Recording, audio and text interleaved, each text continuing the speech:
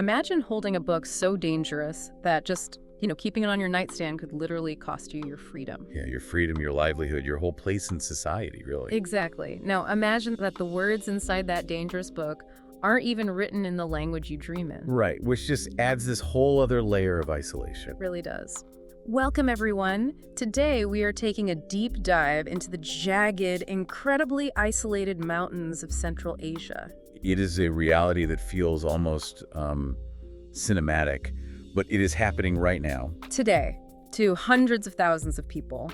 And grasping the mechanics of that reality changes everything about how we engage with it. For those of you joining us, you know that on the Missions Connect app, which is a deeply vital ministry of assistingtoobey.com, we focus intensely on the most unreached and strategic prayer topics in cross-cultural missions. We do. And this deep dive is essentially a precision tool for you. We are preparing your mind and your heart for the content of the weekly preview for week 32. Right, and that runs from August 3rd to the 9th, 2026.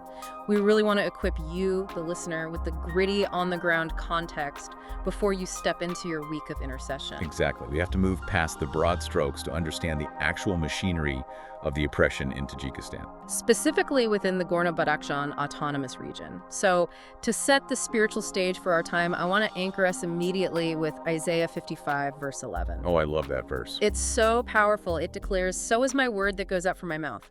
It will not return to me empty, but will accomplish what I desire and achieve the purpose for which I sent it." Which isn't just a comforting piece of poetry, It is an active, unstoppable force. When God speaks, reality literally rearranges itself to accommodate his word. Yeah, and that unstoppable force is our focus today. Our mission is to explore three highly active fronts of one massive spiritual conflict in Tajikistan.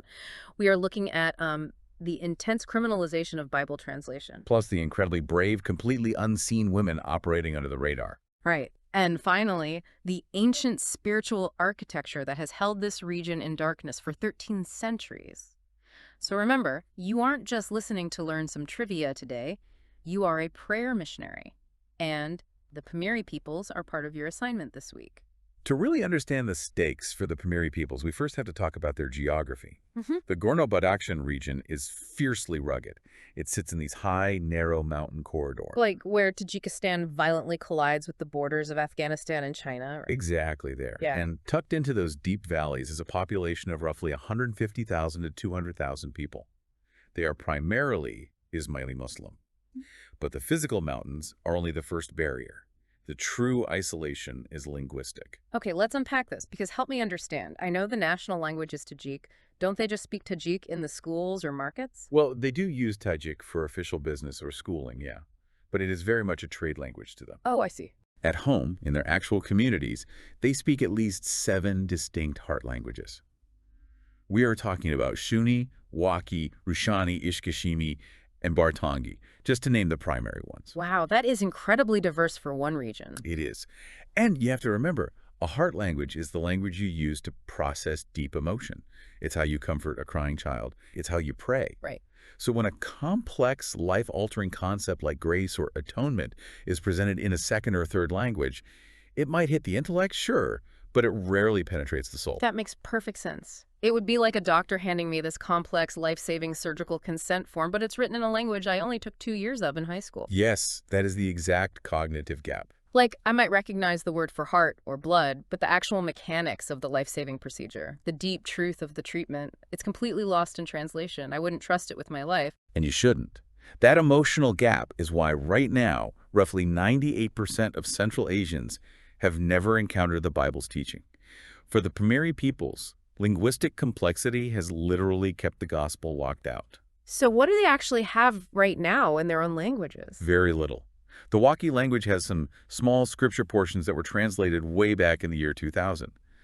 But for the others, Shuni, Rushani, Ishkashimi, there is virtually nothing. The foundational text of our faith just does not exist in the language they dream in. Which brings us to the legal nightmare of trying to fix that, because I know from the weekly preview that the Institute for Bible Translation did manage to produce a complete Tajik Bible, and they even published a revised Tajik New Testament in 2021. They did, yes. But it sounds like having the book printed is only like 5% of the battle. The government is actively hunting these texts down. Absolutely. The state apparatus in Tajikistan requires strict government authorization for all religious literature. You cannot simply print a box of Bibles and hand them out. Wait, so any distribution without that stamp is illegal? Possessing, importing, or distributing a Bible without that official state stamp is entirely criminalized. So what does this all mean for a local believer? They aren't just getting a book confiscated if they're caught. They're essentially treated as contraband smugglers just for carrying a New Testament. The parallels to drug smuggling are honestly highly accurate. Let me give you a really raw example from the weekly preview. Yeah, please. In 2024, authorities detained a believer simply because they discovered more than 20 Bibles in his possession. Carrying multiple copies implies distribution to them. Wow. And that triggers severe interrogations, crushing fines, and potential imprisonment. And this hostility is measurable, isn't it? On the 2026 Open Doors World Watch List, Tajikistan didn't just inch up, it jumped 12 places in a single year, landing at number 27. A jump of that magnitude is alarming. It indicates a systemic, rapid deterioration of rights. The surveillance state is tightening its grip. Which is why the international community is reacting. It's exactly. Yeah.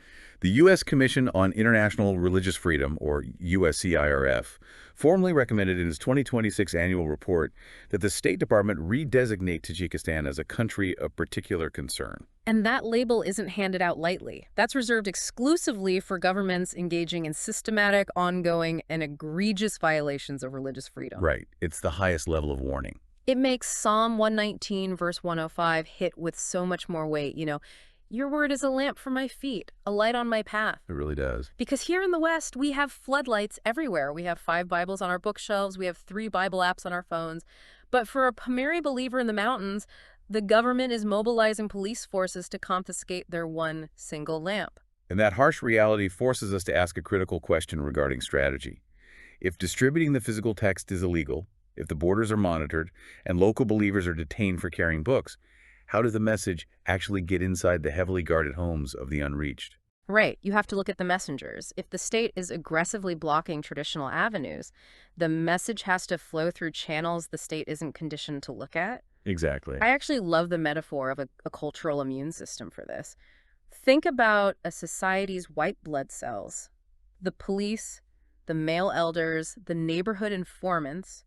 They are highly trained to attack external public threats. Right, they know exactly what to look for. So a foreign male missionary standing in a plaza preaching, or even a local man knocking on a stranger's door to talk about religion, the cultural immune system immediately attacks that. It's neutralized instantly. The immune system analogy is brilliant. Yeah. Because it perfectly illustrates the blind spots of strict Islamic gender codes. Here's where it gets really interesting. Yeah, because in Tajik and Pamiri culture, the domestic spaces, the living rooms, the kitchens, where mothers raise children, where family loyalty is forged, where the culture is actually transmitted, those spaces are heavily fortified against men outside the immediate family. So a male missionary just cannot knock on a door and sit down for tea with a Tajik mother. Never.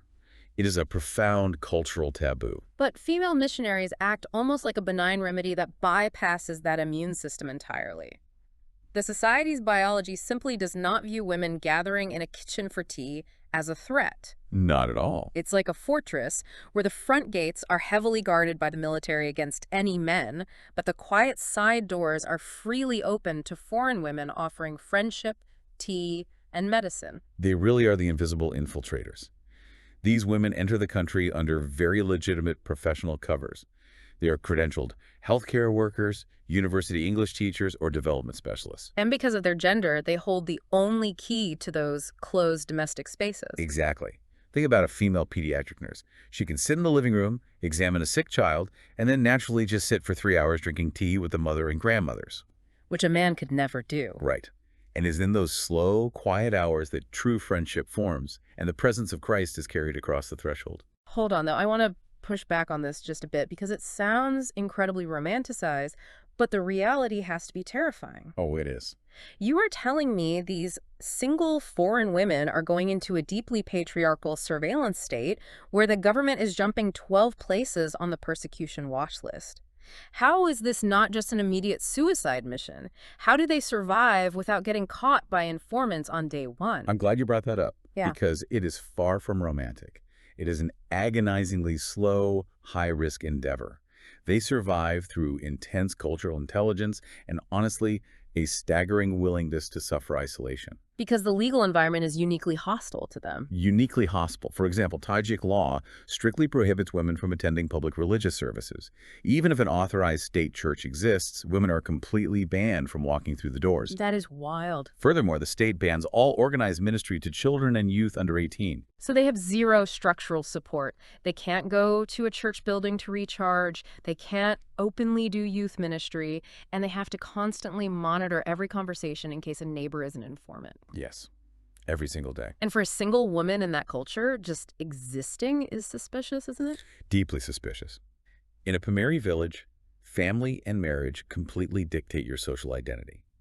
A single, independent foreign woman just doesn't fit into any existing cultural category. She is an anomaly. Wow.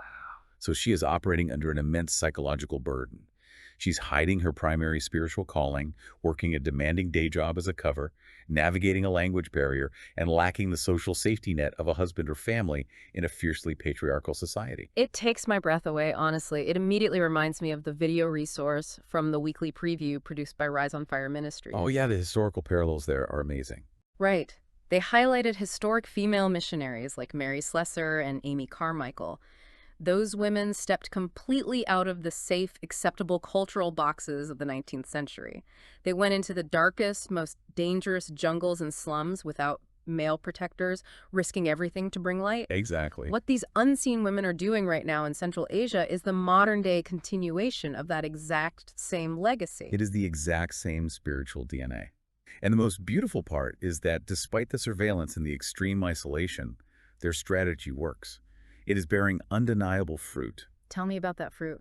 Underneath the radar of the secret police, there are small, hidden circles of Tajik and Pamiri women coming to faith.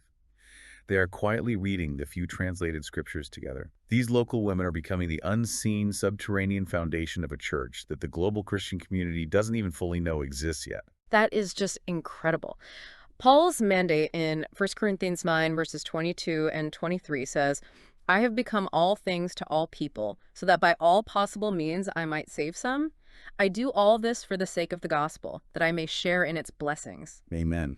These female missionaries are living that out in the most literal, sacrificial way possible. They are giving up their cultural identity, their safety, and their desire for public recognition just to get into a living room. They really are, but we cannot stop our analysis at just the physical and cultural barriers. All right, there's a deeper layer. Exactly. Yeah. If a listener is going to effectively pray for these women and the local believers, we have to look at the architecture holding those barriers in place. Yeah. Why is the culture so fiercely guarded? It isn't just because a politician signed a law. No, we have to look at the roots. Ephesians 6, verse 12 gives us the blueprint here. It says, For our struggle is not against flesh and blood, but against the rulers, against the authorities, against the powers of this dark world, and against the spiritual forces of evil in the heavenly realms. That's the reality. When a government criminalizes the Bible, or a culture bans women from worship, we are looking at the manifestation of a spiritual architecture. Exactly.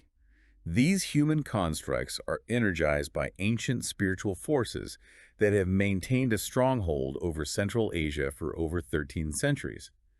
Their singular objective is to keep the Tajik and Pamiri peoples blind to the knowledge of the true God. And the weekly preview gets very specific about this landscape, doesn't it? It does. At the institutional and community level, you have the Naqshbandi Sufi Brotherhood. Okay, let's break that down for the listener. What does that actually look like? Because Sufi Brotherhood sounds like a dry academic theology term. How does it dictate life on a Tuesday in a Pamiri village? Well, the Naqshbandi order originated right there in Central Asia, actually, in Bukhara. Yeah. And it isn't just academic. Its mystical traditions are tightly woven into the very fabric of family loyalty and national identity. So it's deeply cultural. Very much so. But beneath even that, operating at the visceral daily level, is folk Islam. This is where the real grip of fear takes hold. We're talking about the amulets and the curses, right? Yes, folk Islam is the daily navigation of spiritual terror. It involves a veneration of local dead saints to secure blessings. It involves tying rags to sacred trees, heavily relying on protective amulets to ward off the evil eye, and a paralyzing, very real fear of demonic spirits, the jinn. So a local mother isn't just, following a religion. She is actively trying to protect her children from invisible forces that she genuinely believes can strike them dead. Exactly. And if she considers leaving that system to follow Jesus, the enemy uses his most devastating weapon. The weekly preview calls it social death. What's fascinating here is how brutal that is. Explain how visceral that actually is for them. What's fascinating here is that social death is not just your family being slightly disappointed in you. In this deeply communal culture, your entire survival depends on your community network. Leaving Islam is viewed as a total betrayal of your ancestors. So what happens if a Pamiri man becomes a Christian? If he does, social death means the local doctor might refuse to treat his sick child. It means the baker won't sell him bread. His employer will fire him, and his family will hold a literal funeral for him because, to them, he has ceased to exist. You become a ghost in your own village. I have to be completely honest here. Putting myself in the shoes of a new believer, that is terrifying. It is entirely designed to be terrifying. Facing a government that will arrest you for a book, a society that will starve you out, and centuries of entrenched demonic fear. Even as a listener preparing to pray for them this week, how do we fight that without giving into anxiety? How do we engage with 13 centuries of darkness without just feeling utterly defeated before we even start? That feeling of being overwhelmed is precisely the illusion the enemy relies on.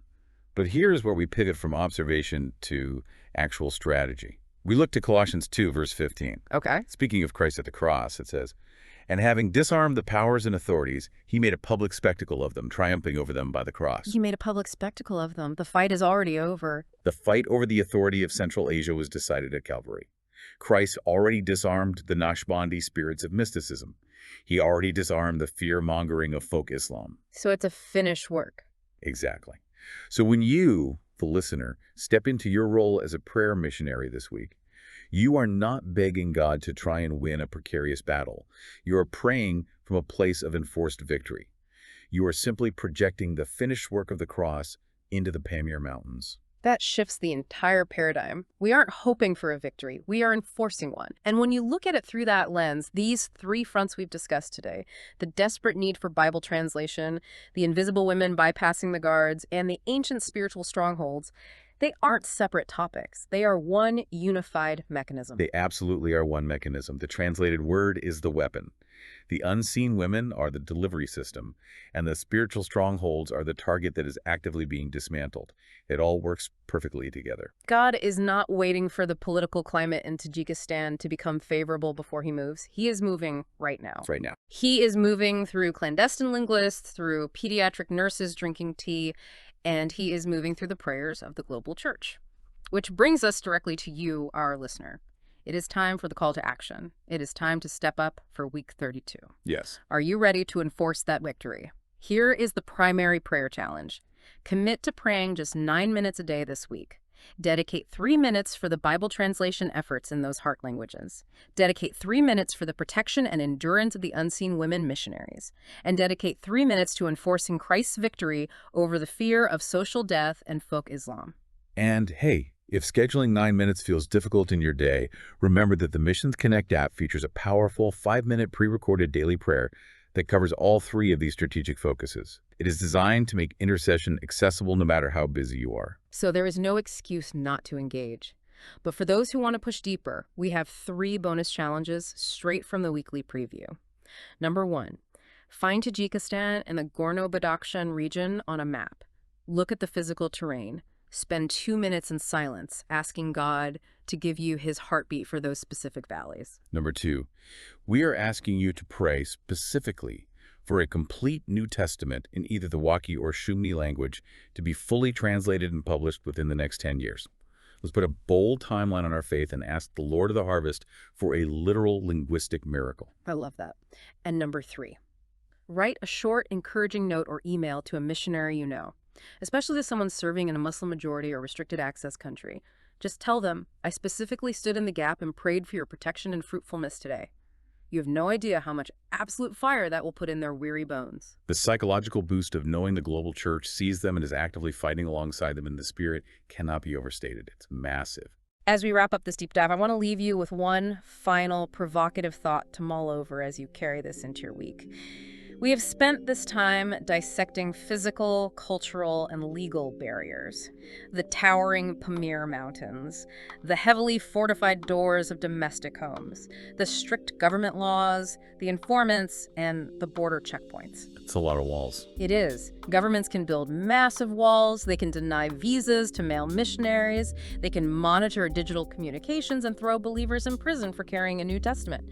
But hear this, there is absolutely no border security on the face of the earth that can stop a prayer from traveling directly from your living room right into the locked, terrified heart of a Pamiri home. Wow, that's so true. Prayer bypasses every single checkpoint. It requires no visa. It cannot be confiscated. Intercession is the ultimate infiltration. It goes exactly where we cannot physically step. It really does. We passionately encourage you to take this calling seriously. If you haven't already, you need to download the web-based app right now. You can do that by clicking the link in the description of this deep dive or by directly visiting assistingtoobey.com. Also, please note that the Missions Connect app is fully available in both Spanish and English, so definitely share it broadly with your bilingual friends and your entire church community. Yes, expand the network. And we invite you to follow Assisting to Obey's social media channels on Instagram, Facebook, and YouTube to stay continuously connected with this incredible global movement. Absolutely. As we close, we hold firmly to our core mission, our tagline, blessing the nations through prayer, knowledge, and obedience. Thank you for stepping into the gap with us on this deep dive. Now it's your turn. Become a missionary on your knees. Become a prayer missionary. So, you want a faith that actually matters, right? You want to make a difference in the world, to see the gospel changing lives, to know that your walk with God and His Word is impacting more than just your own life. Yeah, you want your life to count for the nations. But here's the thing. You're busy, maybe overwhelmed. You're pulled in 20 different directions. And even though you want to engage in missions and the Great Commission, you don't always know what to pray for, what's happening globally, or what your next step should be. The desire to obey is there, but the pathway isn't always clear. Let the Missions Connect app show you the way. Every day, you'll get a missions-focused devotional with a simple, practical action step and an option to share with the Missions Connect community. Every week, you get 3 strategic prayer focuses with fresh daily text and audio prayers, so you're never guessing about what to pray for. And when you're ready, you'll find opportunities to actually get involved in God's global work. Everything in the devotional and prayer section is free forever, but we offer you the opportunity to try the premium version for 15 days. You want to impact the nations with the gospel? With Missions Connect, now you can. Missions Connect, helping you bless the nations through prayer, knowledge, and obedience. A ministry of assistingtoobey.com.